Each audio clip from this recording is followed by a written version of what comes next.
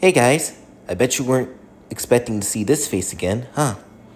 So this isn't something that I normally do, but I want to go ahead and do this because I don't think I'll have another opportunity to do it.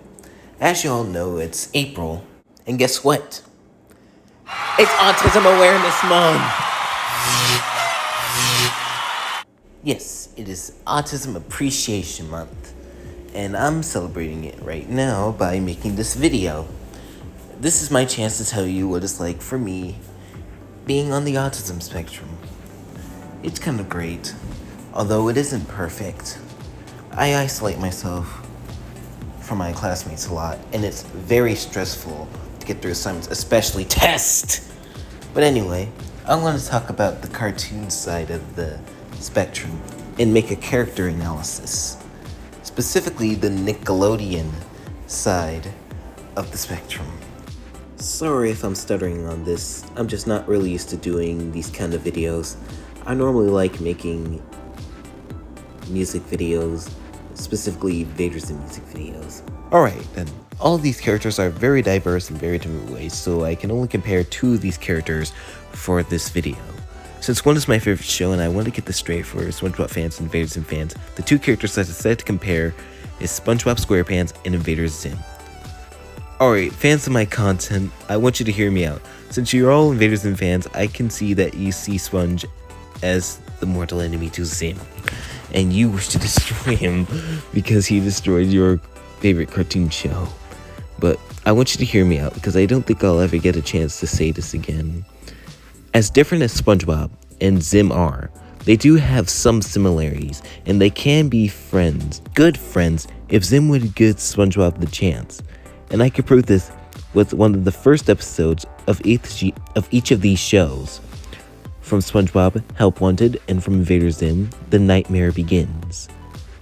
These are the first episodes of each of these shows. And both of these characters show themselves to be very, very eager for their jobs and do whatever it takes to please their superiors and bosses. If you don't believe this statement, just look at this clip. When do I start? Well, lad, it looks like you don't even have your sea legs. Mr. Krabs, please. I'll prove I'm fry cook material. Ask Squidward, he'll vouch for me. Now. You got your sandwich. My tallest, an opportunity to prove I truly can be an invader is all that I ask. Gimme. Hold on, I've got a plan. As SpongeBob dedicates himself to prove himself to Mr. Krabs and Squidward, Zim dedicates himself to proving himself to the tallest and his fellow Urkins. This is why Zim is so obsessed with becoming a great invader and passing probing day. It's because he wants to impress his superiors. At the same time though, these characters are still different, personality-wise and show-like wise.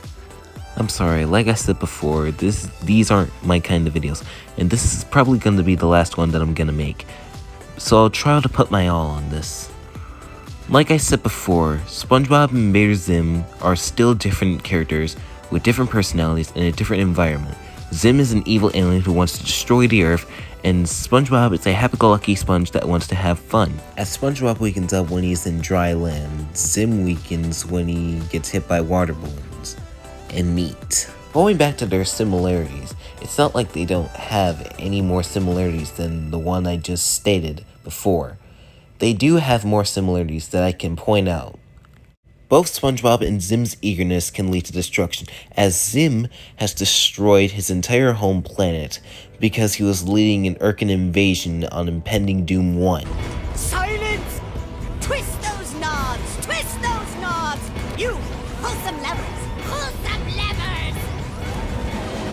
Zim has caused the same level of destruction as SpongeBob whenever he takes a boating test.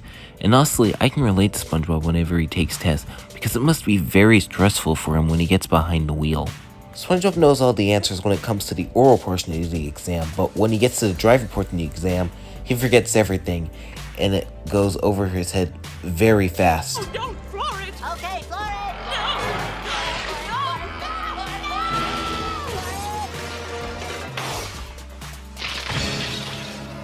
Oh, SpongeBob, why? SpongeBob sees his failures as something he needs to work on, and I can respect him on that. Unlike SpongeBob, however, Zim sees his mistakes as something he's proud of.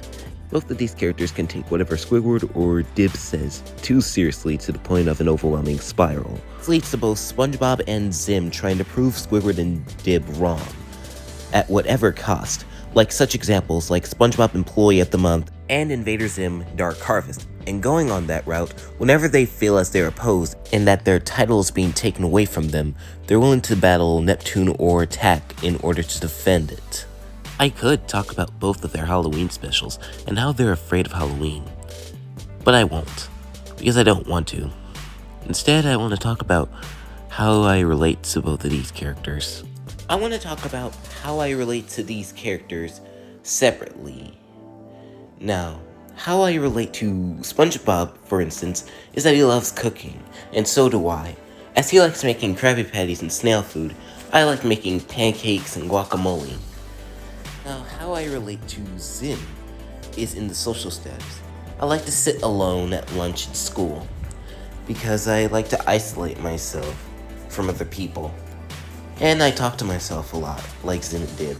Yeah, I'm not sure if any of you noticed this, but Zim and Dib both talk to themselves. Now you know that Zim and Dib are similar now. Back to the subject. Whether you find these similarities accurate or not, there's no denying that if they can meet it, they can become friends in their own rights. And to me, they are friends. Zim's with SpongeBob and Danny Phantom, but SpongeBob and Zim are semi-friends. Well, they are in my book. I don't know about you guys, but Zim and SpongeBob could be friends in my book. That is if Zim were to see the retrospective similarities between him and SpongeBob. Would you believe they only had one in stock? To the kitchen! Who's hungry?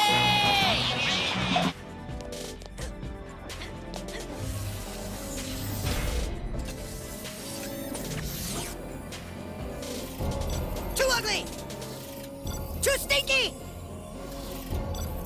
That one looks good. Well, I hope you guys enjoyed this video. These aren't the kind of videos that I do in one take. But in reality, nobody takes these kind of videos in one take. We all have to edit our audio so it sounds consistent. And we have to take time and effort to make these kind of videos. So if you stayed through this whole video, thank you for hearing me out on this topic. If you like this video, feel free to hit the like button and subscribe if you want to see more of my content. Thank you for sticking with me with this video. And happy Autism Appreciation Month. Later.